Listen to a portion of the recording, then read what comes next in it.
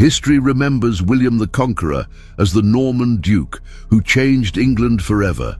He is celebrated in textbooks as the victor of the Battle of Hastings in 1066, the man who unified a fractured kingdom and brought continental governance to the British Isles. His name is carved into monuments, his deeds immortalized in the Bayeux Tapestry. Yet behind this carefully constructed legacy of triumph lies a far darker truth, one written in blood, ash, and the screams of thousands who dared to resist his iron rule. William was not merely a conqueror in the military sense, he was an architect of terror, a strategist who understood that fear could accomplish what armies alone could not. His methods were calculated, systematic, and designed to break the spirit of an entire people. From the smouldering ruins of northern England to the gallows where English nobles met their end, William's reign was marked by acts of cruelty that shocked even the hardened rulers of medieval Europe. This was a man who ordered the destruction of entire regions, who wielded starvation as a weapon, and who demonstrated through unflinching brutality that resistance would be met not with mercy, but with annihilation. The chronicles of his time, penned by monks who witnessed the devastation firsthand, speak of horrors that transcended the norms of medieval warfare. Orderic Vitalis, a Norman chronicler who had no reason to slander his own people's king, wrote with visible anguish about the atrocities committed in William's name. The Anglo-Saxon Chronicle, compiled by English scribes, documented the suffering in prose that trembled with barely contained rage. Even William of Malmesbury, writing decades later with the benefit of historical distance, could not disguise his revulsion at what the Conqueror had unleashed upon England. What follows is not a tale of glorious conquest, but a forensic examination of 7 specific acts that define William's true legacy, a legacy built on scorched earth, severed limbs, and mass graves. These are not myths or legends embellished by time. They are documented historical facts, corroborated by multiple sources and archaeological evidence that continues to surface nearly a millennium later. Each act reveals a different facet of William's ruthlessness, his willingness to commit genocide to secure power, his use of mutilation as political theater, his contempt for the sanctity of human life when it stood between him and absolute control. This is the story of how one man's ambition transformed an entire kingdom into a landscape of terror. It is the story of villages erased from existence, of children who starved because William ordered every source of food destroyed, of men who were blinded and castrated for the crime of defending their homeland. It is the story of how medieval Europe, no stranger to violence, recoiled in horror at the systematic brutality of the Norman conquest. And it is the story of how William the Conqueror earned a second, darker title in the whispered conversations of his terrified subjects, William the Bastard, who proved that cruelty, when wielded with sufficient determination, could indeed conquer a nation. The blood has long since dried on the stones of England's castles. The ashes of burned villages have been scattered by centuries of wind. But the memory of what William did, what he ordered, what he permitted, what he justified, remains embedded in the historical record like a scar that refuses to fade. This is that record. This is the true cost of conquest. This is the legacy that textbooks often choose to omit. Welcome to the dark side of 1066. Welcome to the reign of William the Conqueror. Let us begin. The Harrying of the North, a campaign of systematic genocide. In the winter of 1069, William faced his greatest challenge since Hastings. The north of England, that wild and defiant region beyond the Humber, had risen in open rebellion. Anglo-Saxon nobles, Danish raiders, and Scottish opportunists had formed an unlikely alliance, united by their hatred of Norman rule. They had stormed York, massacred the Norman garrison, and declared their independence from William's authority. For a king whose power rested entirely on the perception of invincibility, this was not merely a military setback, it was an existential threat that demanded a response so overwhelming, so total, that no one would ever dare rebel again. What William unleashed upon northern England in the months that followed would become known to history as the Harrying of the North, a campaign of devastation so complete, so merciless, that it would leave scars visible in the archaeological record nearly 1,000 years later. This was not war in the medieval sense, where armies clashed and castles were besieged. This was deliberate, calculated genocide. William ordered his armies to destroy not just the rebel forces, but the very capacity of the North to sustain human life. Every village, every farm, every source of food and shelter was to be obliterated. The goal was not conquest, it was extinction. The campaign began with methodical precision. Norman forces organized into mobile columns swept through Yorkshire, Durham, Northumbria, and parts of what is now Cumbria and Lancashire. They carried specific orders: burn every building, slaughter every animal, destroy every tool that could be used for farming. Standing crops were set ablaze in the fields. Stored grain was scattered and burned. Plows were smashed. Mills were demolished. Fishing boats were sunk. Orchards that had taken decades to mature were cut down or burned. Even seed grain, the precious reserve that farmers set aside to plant next year's crop, was destroyed or contaminated. William was not satisfied with victory. He wanted to make survival itself impossible. Orderic Vitalis, a Norman monk writing in the early 12th century, documented what followed with prose that could barely contain his horror.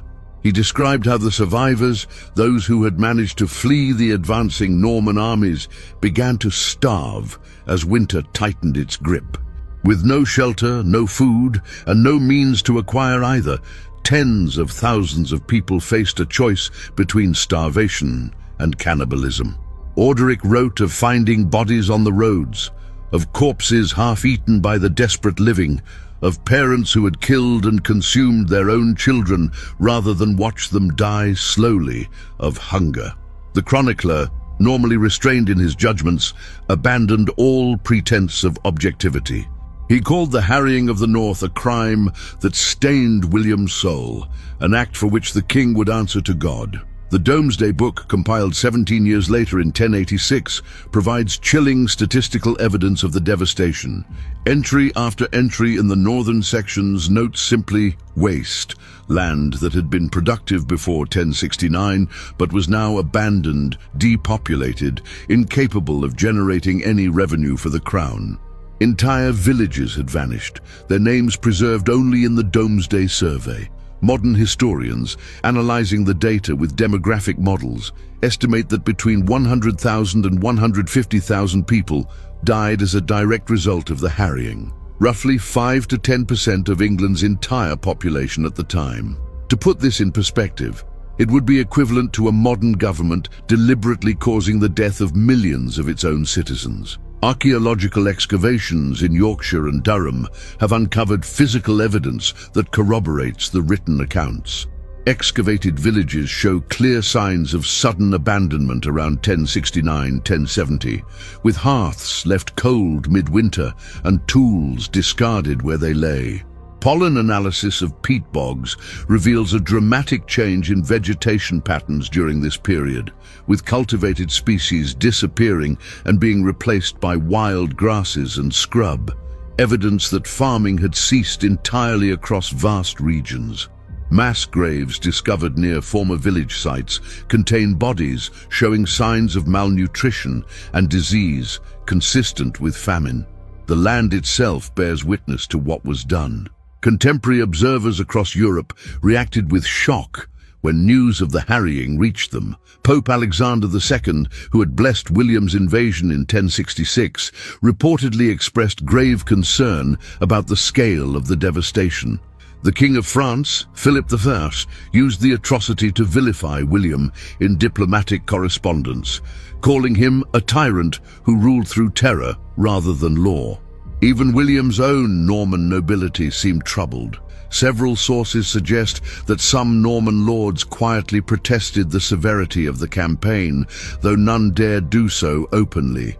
The harrying had exceeded the bounds of acceptable medieval violence, crossing the invisible line that separated warfare from wanton slaughter. William himself never expressed regret. According to later accounts, when confronted with the moral implications of what he had ordered, he is said to have replied that harsh measures were necessary to establish peace, a chilling example of how rulers throughout history have justified atrocities in the name of stability. But the true measure of the harrying's impact lies not in William's rationalizations, but in the decades it took for northern England to recover. Some regions remained depopulated for generations. The North's economy, which had been vibrant and productive before 1069, did not fully recover until well into the 12th century. William had wanted to break the North's will to resist. He succeeded, but the price was paid in mass graves, in villages that would never be rebuilt, in a trauma that echoed through generations. The harrying of the North was not merely one of William's crimes.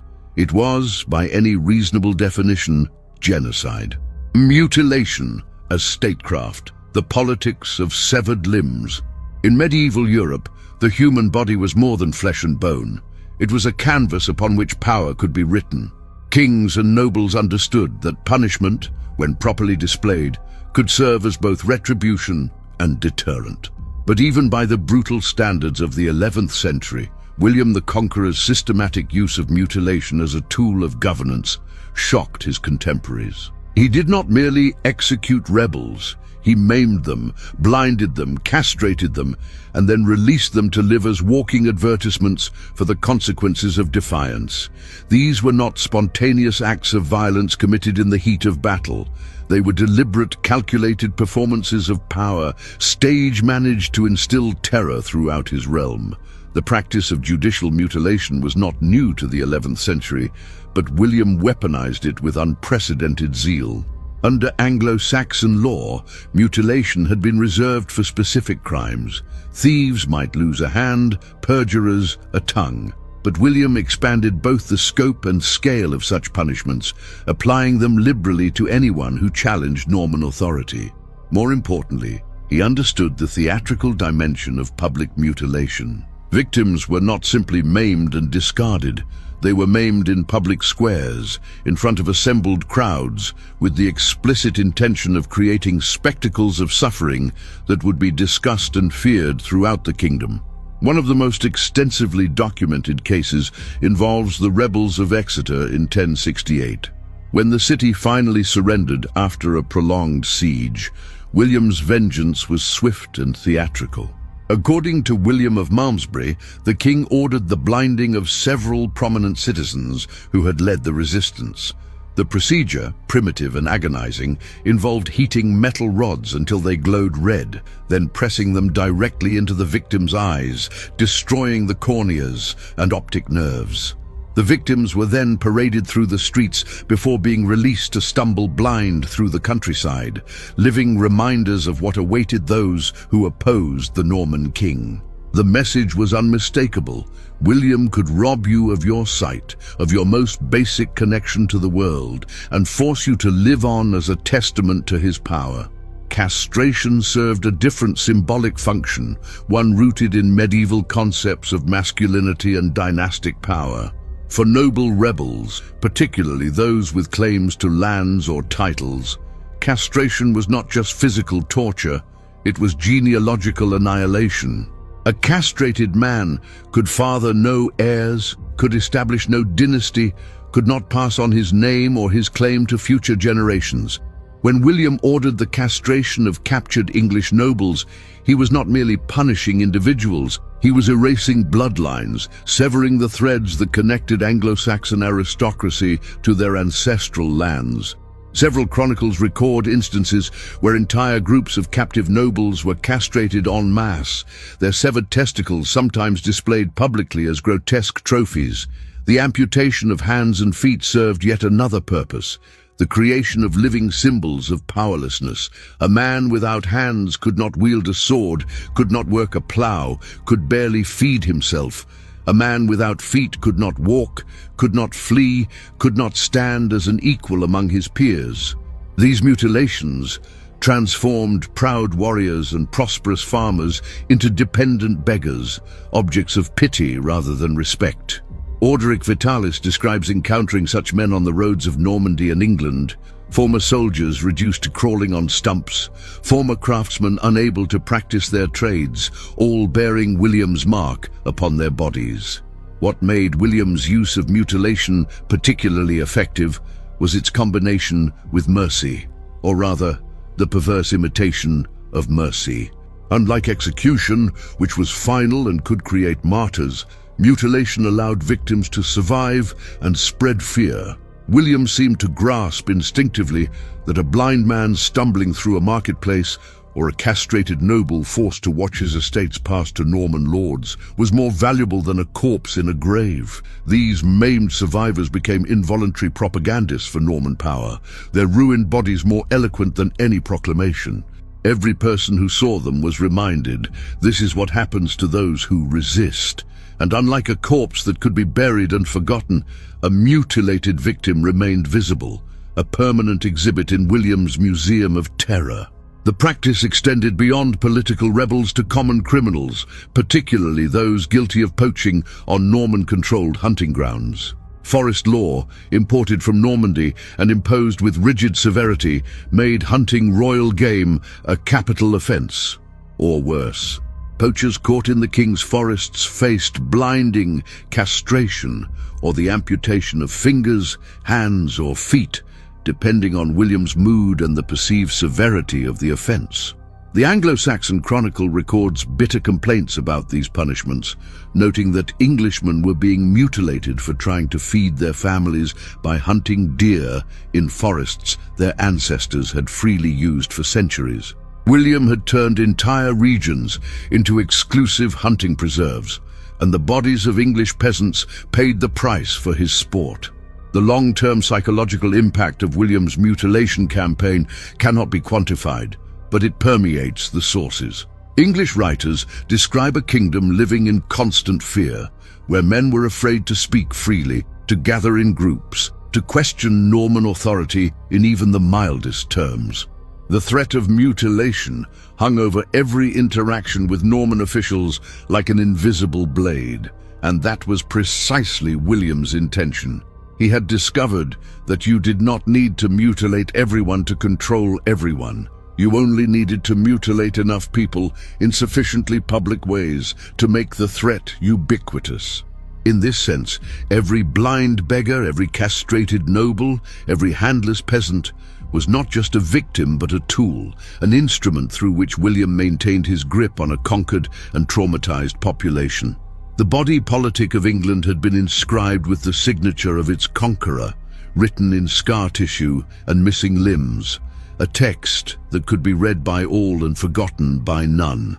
The Great Dispossession, erasing Anglo-Saxon England. Conquest is often measured in battles won and territories claimed, but William the Conqueror understood that true domination required something more fundamental, the complete restructuring of who owned England itself. In the 2 decades following Hastings, William orchestrated one of history's most thorough transfers of wealth and land, systematically stripping the Anglo-Saxon aristocracy of their ancestral estates and redistributing them to his Norman followers. This was not merely confiscation, it was cultural genocide accomplished through legal mechanisms, the erasure of an entire ruling class written into charters and sealed with wax, made permanent through the meticulous record-keeping that would culminate in the Domesday Book. Before 1066, England had been governed by a complex network of Anglo-Saxon and Anglo-Danish nobles, whose families had held their lands for generations, sometimes for centuries. These were the thanes, the earls, the minor nobility, whose estates formed the economic and political foundation of pre-conquest England. Their power rested on ancient traditions of land tenure, on customary rights that predated written law, on networks of kinship and obligation that stretched back to the days of Alfred the Great. By 1086, when the Domesday Survey was complete, this entire class had been almost completely eliminated. Only 2 significant Anglo-Saxon landholders remained in possession of substantial estates. Less than 5% of the land was still in English hands. The rest had been given to Normans. The mechanism of dispossession was brutally simple but legally sophisticated. William declared himself the rightful heir to Edward the Confessor, claiming that all land in England belonged to the crown by right of conquest and succession. He then graciously granted these lands to his followers as fiefs, holding them in exchange for military service and loyalty. This Norman feudal system replaced the more fluid Anglo-Saxon arrangement at a stroke, and any English noble who wished to retain his land had to petition the king for a regrant, essentially begging to receive back as a gift what had been his family's property by ancient right. Many were refused. Those who were granted back some portion of their lands discovered they now held them on completely different terms, subject to Norman law and Norman customs they barely understood. But most Anglo-Saxon nobles never got the chance to petition. William employed a variety of pretexts to justify wholesale confiscation. Any nobleman who had fought at Hastings or in any subsequent rebellion automatically forfeited all his lands. Those who had supported Harold Godwinson, even passively, were deemed traitors. Those who failed to immediately swear fealty to William lost everything. Those who swore fealty, but were later accused of plotting against the king, accusations that were easy to manufacture and impossible to disprove, were stripped of their estates. Even those who managed to retain some land in the early years often lost it later, as Norman pressure and legal chicanery gradually whittled away their holdings until they were left with nothing.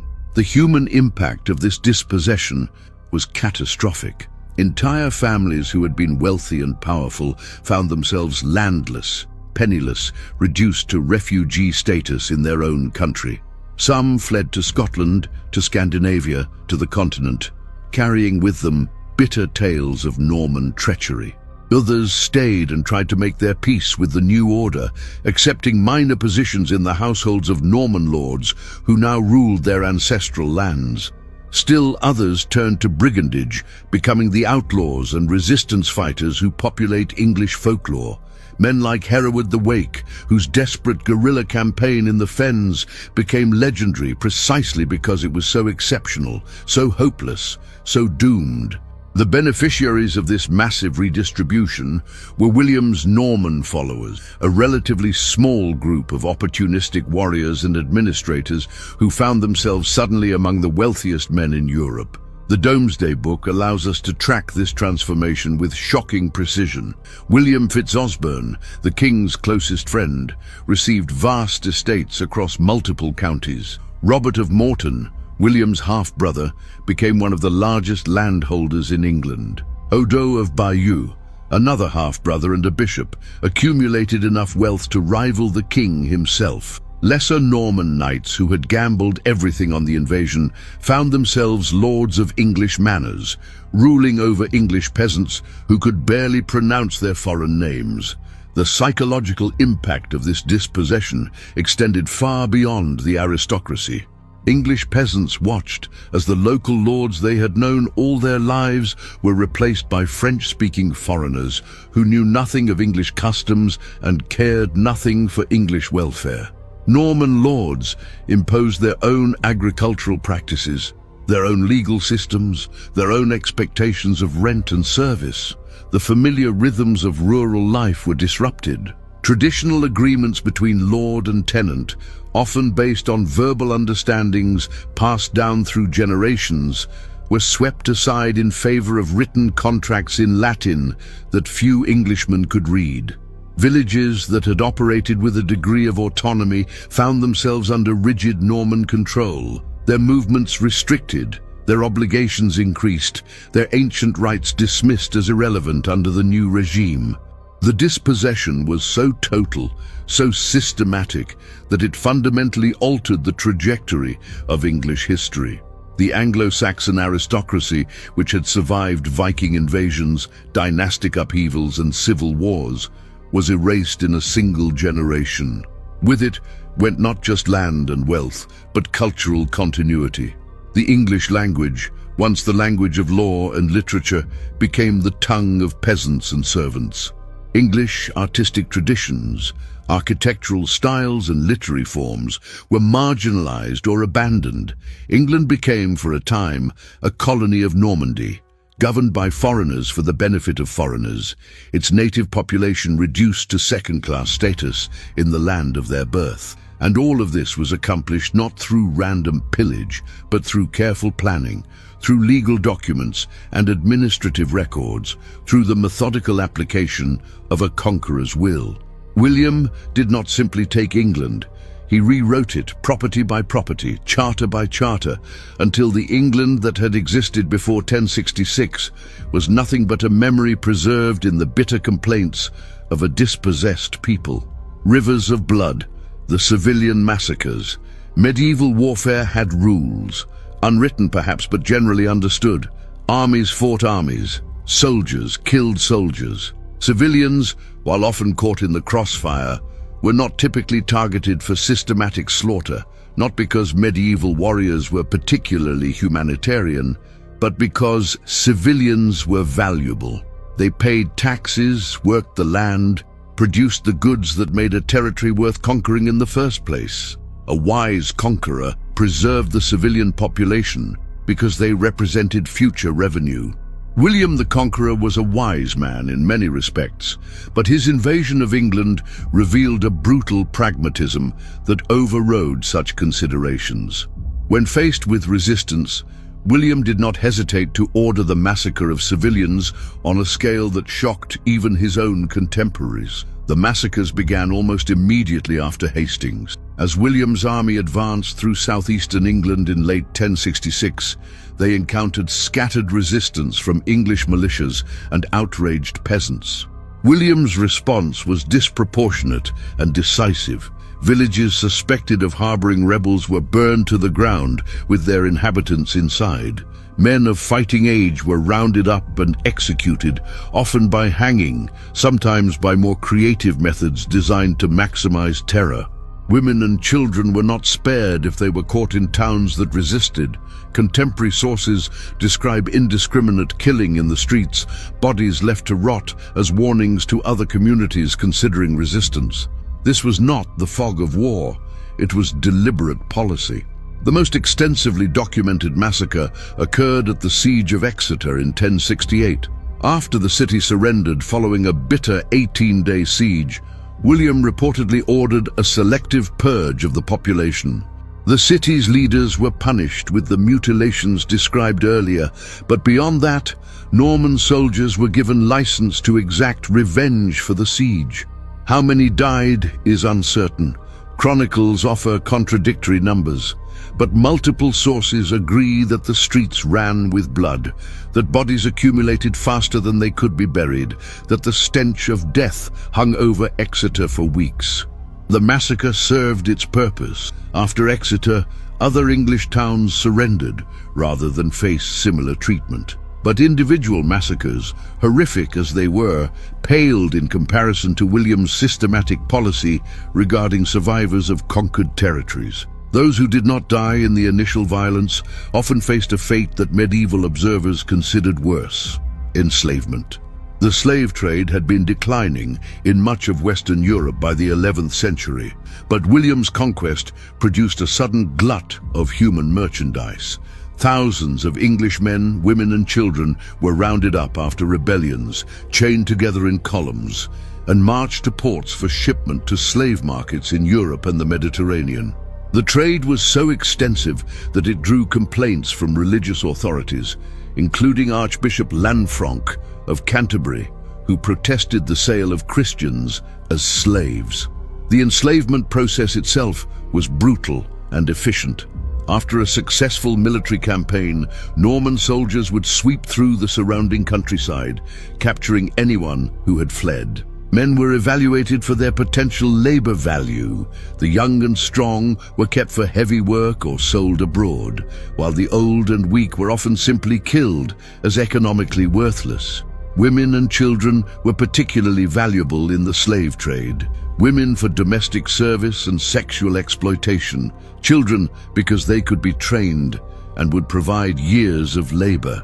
Families were separated without ceremony. Parents watched their children dragged away in chains. Spouses were sold to different buyers. These were not prisoners of war in any recognized sense. They were simply people who had the misfortune to live in the wrong place when William's army passed through. Some slaves remained in England, put to work building the castles that would symbolize Norman domination.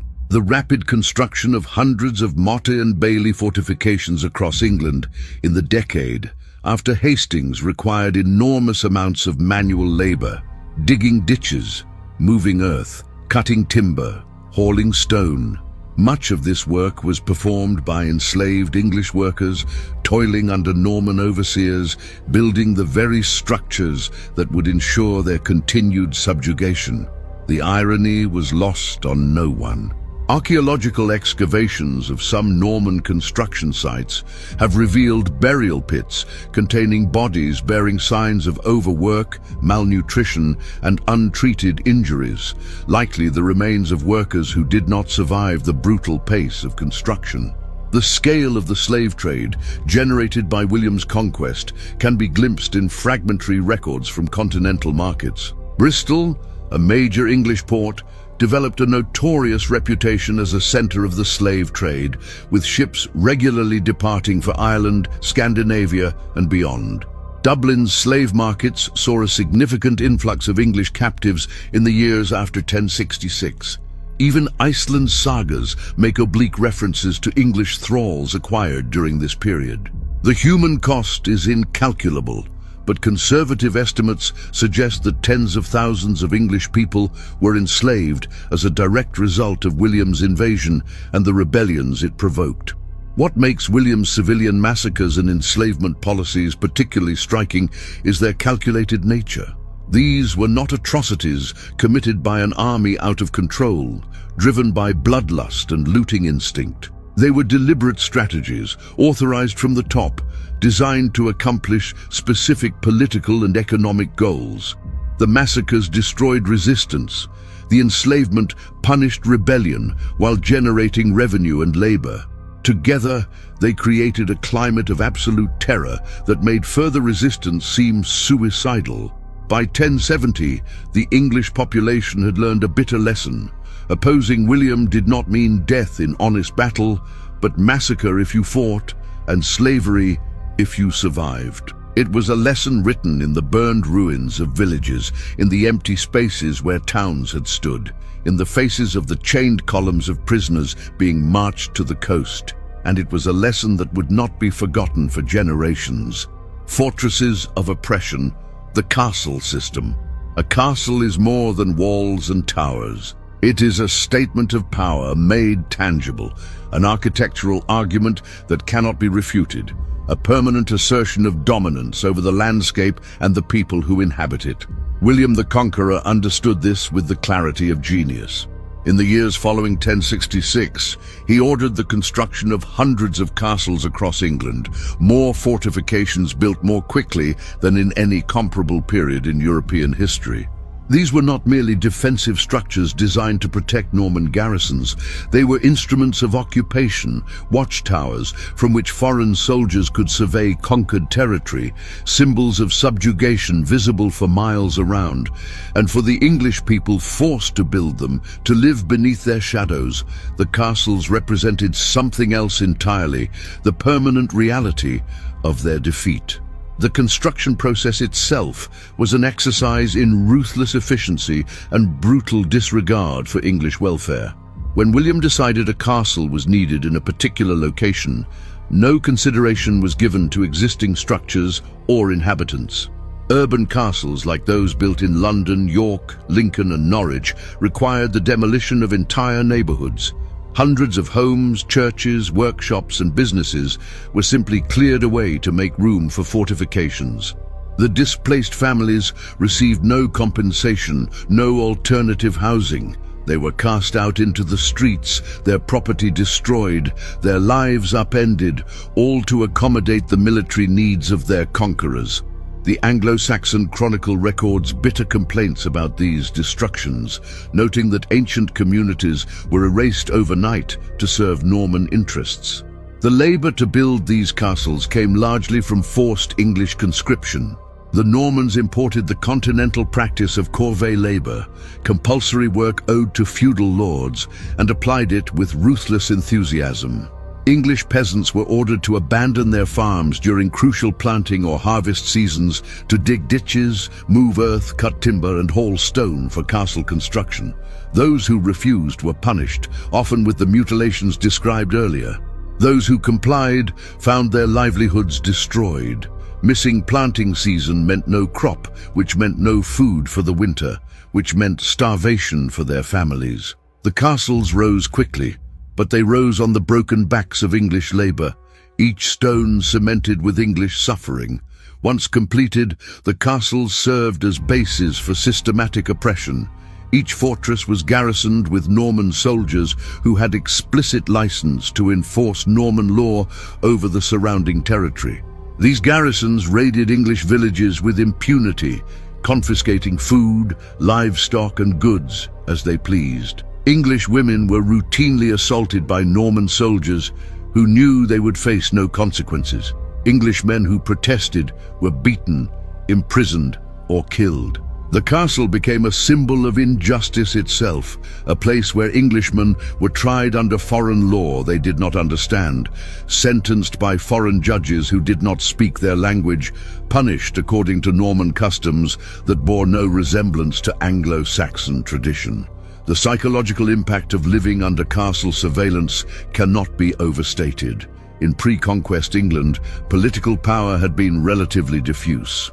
Local affairs were managed by local assemblies, and while there were certainly hierarchies and injustices, there was also a sense that English people had some agency in their own governance. The castles ended that illusion completely. Every English community within sight of a Norman fortress, which, given the density of castle construction, meant most communities, lived under the constant awareness of being watched, monitored, controlled. The castle on the hill was a permanent reminder that Norman soldiers could descend at any moment, that Norman law superseded English custom, that resistance was futile because the Normans had built their power into the very landscape.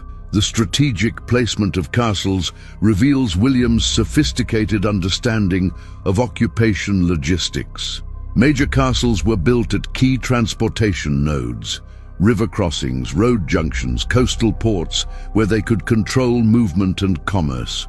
Secondary castles were positioned to create overlapping zones of control, ensuring that no region was beyond quick reach of Norman military force. The density was particularly high in areas that had shown rebellious tendencies. Yorkshire, after the harrying of the north, was ringed with castles. The Welsh marches bristled with fortifications. Even relatively peaceful regions received their share of Norman strongholds, because William trusted no one and assumed that any English community might revolt if given the chance. The economic burden of the castle system fell overwhelmingly on the English. Not only were they forced to build the structures, but they were then required to support the garrisons that occupied them. Local populations had to provide food, fuel, and supplies for the Norman soldiers who oppressed them, a bitter irony that contemporary chroniclers noted with undisguised anger. The cost was ruinous. Villages that had been moderately prosperous before 1066 found themselves impoverished by the constant demands of nearby garrisons. The Domesday Book records numerous estates whose value had plummeted since the conquest, and castle construction and support is frequently cited as the cause. William had effectively created a system where the English paid for the infrastructure of their own subjugation. By 1086, England bristled with an estimated 500 to 600 castles, an astonishing number for a kingdom of its size. This represented one of the most intensive fortification programs in medieval history, comparable to what later colonial powers would build in conquered territories centuries later. And that comparison is apt, because William's castles served precisely the colonial function. They were forward operating bases in hostile territory, islands of Norman power in a sea of sullen English resentment. They transformed England's physical landscape while simultaneously transforming its political reality. Before the castles, English resistance seemed possible, even plausible. After the castles, rebellion meant confronting fortified positions manned by professional soldiers, an insurmountable tactical obstacle. The castles did not just dominate England's skyline, they dominated England's imagination, crushing hope with their mere presence. William had not merely conquered England, he had built his conquest into every valley and hilltop, making Norman dominance as permanent as stone itself. Sacred plunder, the violation of God's houses. In medieval Christendom, the church was supposed to be inviolate. Monasteries and churches were sanctuaries protected by divine law and human custom. To attack the church was not merely a crime against man, but a sin against God, an offense that would damn the perpetrator's immortal soul. Kings and warriors might slaughter each other with abandon, but they were expected to show reverence, or at least restraint, when it came to ecclesiastical property. William the Conqueror, who had secured papal blessing for his invasion and who would later be remembered as a pious benefactor of Norman monasteries, showed no such restraint when it came to English religious institutions. He looted them, taxed them, suppressed them, and when necessary destroyed them, all while maintaining the fiction of Christian virtue. The pillaging began immediately after Hastings, during William's march to London. Norman soldiers, operating with at least tacit approval from their commanders, raided monasteries and churches along the route, seizing gold and silver vessels, stripping altars of their ornaments, confiscating illuminated manuscripts for their jeweled covers, while discarding the priceless texts themselves. The justification, when one was offered, was that these were spoils of war, the legitimate rewards of victory. But the targets were not military installations. They were houses of worship, repositories of sacred art and learning, communities of monks and nuns who posed no military threat to anyone. The desecration was methodical and thorough, so much so that many English ecclesiastical institutions never recovered their pre-conquest wealth. What made William's treatment of the English church particularly egregious was its combination of material greed and political calculation. He understood that the church was not merely a religious institution, but a repository of wealth, learning, and cultural authority. By stripping English monasteries and bishoprics of their treasures, he simultaneously enriched his treasury and diminished the institutional capacity of potential centers of resistance. English monasteries had been strongholds of learning, producing the manuscripts and maintaining the schools that preserved Anglo-Saxon culture.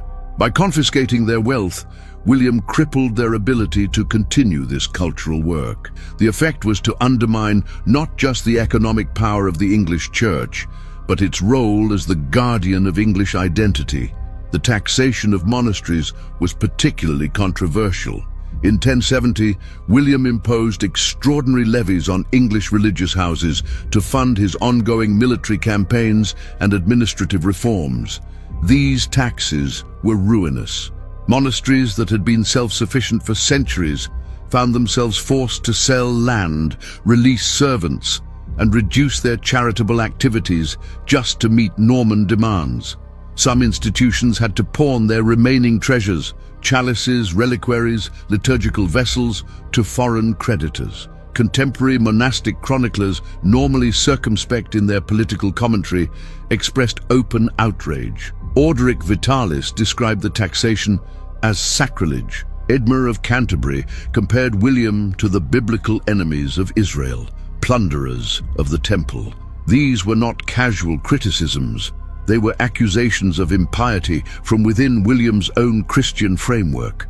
William also systematically replaced English bishops and abbots with Norman appointees, a purge that was as much about control as about ecclesiastical reform. In the 2 decades following the conquest, nearly every significant position in the English church hierarchy was transferred to Norman clerics. English bishops were deposed on pretexts ranging from simony to incompetence to insufficient loyalty to the new regime. Their replacements were uniformly Norman, men who owed their positions entirely to William and who could be relied upon to support his policies. This was not reform, it was occupation. The English Church, which had been one of the most vital and independent institutions in pre-conquest England, became an arm of Norman government, staffed by foreigners and oriented toward foreign interests. The human cost of this ecclesiastical revolution was substantial. English monks and nuns found themselves under the authority of Norman superiors who despised English customs, dismissed English saints as provincial obscurities, and viewed the English language itself as barbarous. Ancient liturgical practices specific to English tradition were suppressed in favor of continental norms. Manuscripts in Old English, including works of immense historical and literary value, were neglected or actively destroyed because the Norman clergy could not read them and saw no reason to preserve them. The cult of English saints, figures like Edmund, Edward and Dunstan, who had been central to English religious life, was marginalized. The English Church, which had possessed its own distinctive character, its own traditions, its own voice, was forcibly assimilated into a Norman ecclesiastical order that viewed Englishness as something to be corrected. The destruction extended to physical structures as well. While William did sponsor the construction of new Norman-style cathedrals and abbey churches, massive Romanesque structures that still dominate the English landscape, these were built alongside, and sometimes literally on top of, demolished Anglo-Saxon churches. The old was systematically replaced by the new, often using stone and materials salvaged from destroyed English buildings. This was architectural colonialism, the imposition of Norman aesthetic and structural principles on a conquered landscape. And it was expensive. The cost borne not by William's treasury, but by the English communities forced to provide labor and materials for churches that represented the physical manifestation of their cultural dispossession. William maintained throughout his life that he was a faithful son of the church, and in Norman territories he was indeed a generous benefactor of religious institutions, but his treatment of the English church reveals the limits of his piety. When ecclesiastical institutions stood in the way of his political and economic interests, he showed no hesitation in violating the sanctity that was supposed to protect them. He plundered when it suited him, taxed when he needed funds, and suppressed when control required it. And he did all of this while maintaining the appearance of Christian devotion, attending Mass regularly, consulting with bishops, making strategic donations to favored monasteries. The contradiction did not escape contemporary observers. They saw a man who honored God with one hand while desecrating God's houses with the other, a ruler who claimed divine sanction for his conquest while treating the church as merely another institution to be subjugated and exploited. The English church had been wealthy, independent, and culturally significant in 1066. By William's death in 1087, it had been stripped of its wealth, subordinated to Norman authority, and largely emptied of its English character. The plunder was complete. The royal forests, a kingdom within a kingdom. Of all the Norman impositions that embittered the English people, few generated more lasting resentment than the creation of the royal forests. In pre-conquest England, woodlands had been resources held in common, places where ordinary people could hunt, gather firewood, graze animals, and forage for food. The forests were not wilderness, but working landscapes, integral to the rural economy. William changed this overnight. declaring vast tracts of land, perhaps a quarter of England's entire territory, to be royal forest, subject to a harsh new legal code that made even the smallest violation punishable by mutilation or death. This was not conservation. It was the privatization of common resources for the exclusive pleasure of a foreign elite, and the English people paid for it with their bodies. Forest law, imported from Normandy and imposed with draconian severity, made the king the sole legal hunter of deer, boar, and other game animals within designated forest areas. This might seem a minor restriction, but its practical impact was catastrophic for rural communities. Hunting had been a crucial supplement to the peasant diet, providing protein in seasons when other food was scarce. Under William's forest law, an Englishman caught hunting a deer in what had been his ancestors' common woodland faced blinding, castration, or amputation of hands or feet. The punishment was not proportional to the crime. It was designed to be so severe that no one would dare risk it, and it worked.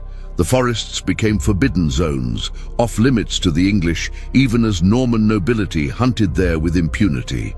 The geographic scope of the forest designation was deliberately ambiguous, a tool of oppression disguised as administrative vagueness. Forest did not mean only dense woodland. It was a legal category that could be applied to any land the king chose, including farmland, pasture, even entire villages.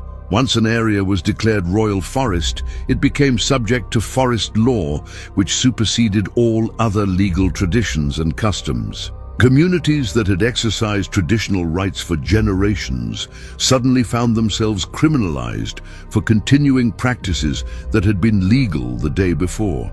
Grazing livestock in a newly designated forest area could result in confiscation of the animals. Cutting firewood could lead to harsh fines or physical punishment. Even walking through forest land without authorization could be treated as trespass. Enforcement was carried out by a new class of royal officials called foresters, Normans, appointed by the king to patrol the forests and punish violators. These men operated with virtually unlimited authority and no accountability. Accusations of forest violations required no evidence beyond the forester's word. Trials, such as they were, took place in special forest courts that recognized no defense based on traditional English rights or customs. The penalties were predetermined and non-negotiable. Contemporary chronicles are filled with bitter descriptions of foresters' abuses, false accusations used to extort bribes, arbitrary seizures of property, assaults on women and girls traveling through forest land, retributive punishments inflicted on entire communities when individual poachers could not be caught. The economic impact of forest law compounded its injustice. Many English villages found themselves partially or entirely within newly designated forest boundaries, which meant that activities essential to survival, gathering deadwood, collecting acorns for pig feed, hunting rabbits, foraging for mushrooms and berries, were now illegal. Peasants who had been self-sufficient found themselves dependent on Norman lords for resources they had previously obtained freely. The lords naturally charged for these resources, further impoverishing communities already struggling under the burdens of Norman taxation and feudal obligations. Forest law effectively created artificial scarcity where none had existed before, transferring wealth from English peasants to Norman elites simply by criminalizing traditional practices. The cruelty of forest law enforcement became legendary. The Anglo-Saxon Chronicle describes mutilated men wandering the roads, victims of forest justice who served as living warnings to others. Blinded poachers became common sights near forest boundaries, deliberately released to spread fear rather than imprisoned. Villages near major royal forests maintained a climate of constant anxiety, knowing that any member of the community might be accused, rightly or wrongly, of forest violations, and that accusation alone was sufficient for punishment. Children were taught from an early age to fear the forests that had once been places of plenty, to see them as dangerous spaces ruled by foreign law and foreign cruelty. William's personal obsession with hunting added a psychological dimension to the oppression. Contemporary sources describe him as fanatically devoted to the chase, spending months of every year in his forests, pursuing deer with an enthusiasm that bordered on obsession. The Anglo-Saxon Chronicle, in its entry for William's death, famously declared that he loved the deer as if he were their father, and protected them with savage laws that valued animal life above human welfare. This was not hyperbole. William did indeed seem to care more for the preservation of game animals than for the well-being of his English subjects. When faced with the choice between allowing peasants to feed themselves and preserving hunting stock for his own entertainment, he consistently chose the latter. The legacy of William's forest law extended far beyond his reign. His sons and grandsons maintained and even expanded the royal forests, preserving the system of oppression he had created. It would take centuries and events like the Magna Carta's forest clauses before English communities began to regain some of their traditional rights. But the damage was done. An entire generation grew up under a regime where the natural landscape had been weaponized against them, where forests that had sustained their ancestors now represented danger and deprivation. This was perhaps William's most insidious achievement. He had turned England itself into an instrument of English suffering, making the very land complicit in their oppression. The forests stood as permanent monuments to Norman privilege and English dispossession, green spaces reserved for foreign pleasure, while English children went hungry within sight of game they were forbidden on pain of mutilation to hunt. It was cruelty elevated to policy, sustained across generations, justified by nothing more than the Conqueror's will. Beyond England, the Conqueror's wider campaigns of terror. William's brutality was not confined to England.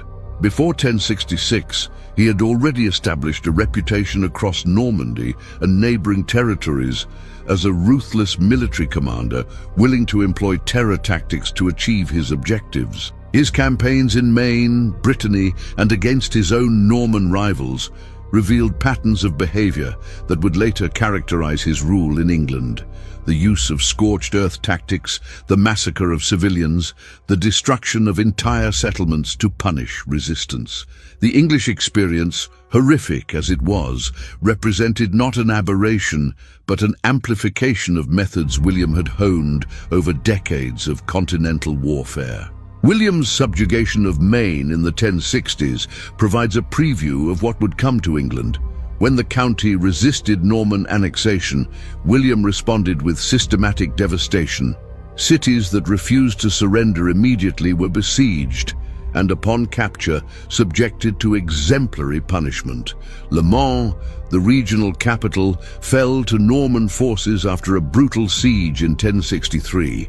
Contemporary sources describe widespread destruction and killing, with particular attention paid to humiliating and executing the local nobility who had led the resistance. The parallels to William's later treatment of English nobility are striking. The same combination of military pressure and deliberate terror, the same willingness to destroy what could not be easily controlled. Even within Normandy itself, William's rule was maintained through violence and intimidation. His consolidation of power as Duke of Normandy in the 1040s and 1050s involved suppressing rival Norman barons through military force and calculated cruelty.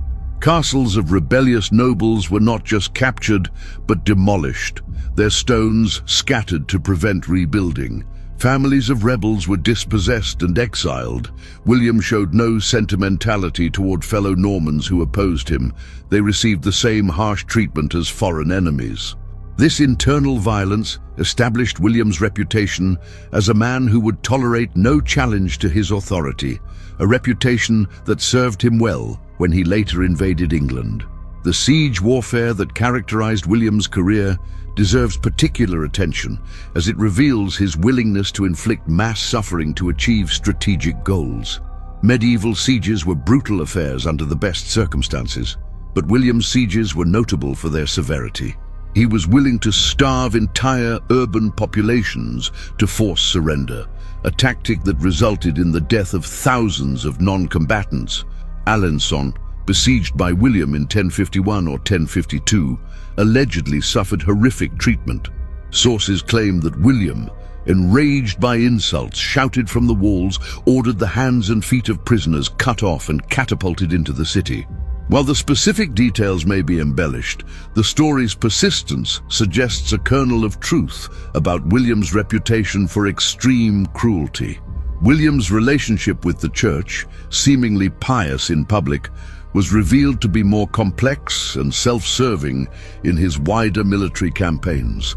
He was willing to attack ecclesiastical properties when they served strategic purposes or held by enemies. During conflicts with the King of France and other rivals, Norman forces raided monasteries, confiscated church lands, and generally treated religious institutions as fair game when military necessity or financial pressure demanded it. The papal blessing for the English invasion should not obscure the fact that William's relationship with ecclesiastical authority was fundamentally transactional. He supported the church when it served his interests and ignored or violated its principles when they did not. The Welsh borders became another theatre for William's campaigns of terror after the English conquest. Welsh princes who had initially hoped to take advantage of English chaos found themselves facing Norman aggression. William's marcher lords, empowered to expand into Wales, employed the same scorched earth tactics that had proven effective in England. Welsh communities were subjected to raids, villages burned, livestock slaughtered, populations displaced or enslaved. The border regions became militarized zones where Norman fortifications sprouted like mushrooms, and Welsh resistance was met with disproportionate force. This expansion was not defensive. It was offensive conquest, driven by the same hunger for land and power that had motivated the English invasion. Scotland, too, felt the weight of William's military power. King Malcolm III of Scotland had provided shelter to English refugees and made raids into northern England. William's response in 1072 was a massive military invasion that forced Malcolm to submit and pay homage. While this campaign was relatively bloodless compared to others, it demonstrated William's willingness to project force far beyond his secure territories, to punish even perceived slights with overwhelming military displays. The threat was clear. Resistance would be crushed wherever it appeared, regardless of geographical boundaries or diplomatic niceties. By examining William's actions across all theatres of his military career, a consistent pattern emerges. He was not a man who employed extreme measures only when necessary or only against particularly dangerous enemies. He was a leader whose default response to opposition was overwhelming violence, whose strategic toolkit included terror as a standard instrument, whose willingness to inflict civilian suffering knew few limits. The harrying of the North was not an isolated incident of excessive brutality. It was characteristic of a military career built on intimidation and mass punishment. Whether in Maine or England, in Normandy or along the Welsh border, William's message was the same: submit or be destroyed, comply or be obliterated, accept Norman rule or face annihilation. This consistency across time and geography reveals that the horrors inflicted on England were not aberrations caused by the unique circumstances of invasion, but rather the natural expression of William's philosophy of power, that fear was the most reliable foundation for rule, and that no level of cruelty was excessive if it secured obedience. The architecture of terror, psychological warfare, and long-term trauma. Physical conquest is one thing, psychological conquest is another. William the Conqueror understood this distinction with remarkable sophistication for his era. He recognized that military victory alone was insufficient to maintain control over a hostile population that outnumbered his Norman forces by perhaps 50 to 1. Sustained occupation required breaking the conquered people's will, not just their armies. It required instilling such deep fear, such pervasive terror, that resistance would seem not just futile, but suicidal. And so William waged a parallel campaign alongside his military operations, a campaign of psychological warfare designed to shatter English identity, undermine English solidarity, and create a culture of compliance maintained not by constant military presence, but by the internalized trauma of conquest. William's true legacy is not the England that eventually emerged from the conquest, but the England he destroyed, the kingdom of Edward the Confessor, the civilization of Bede and Alfred, the culture preserved in illuminated manuscripts and Anglo-Saxon poetry. That England died in 1066, murdered by a Norman duke who valued power more than life, control more than justice, conquest more than humanity.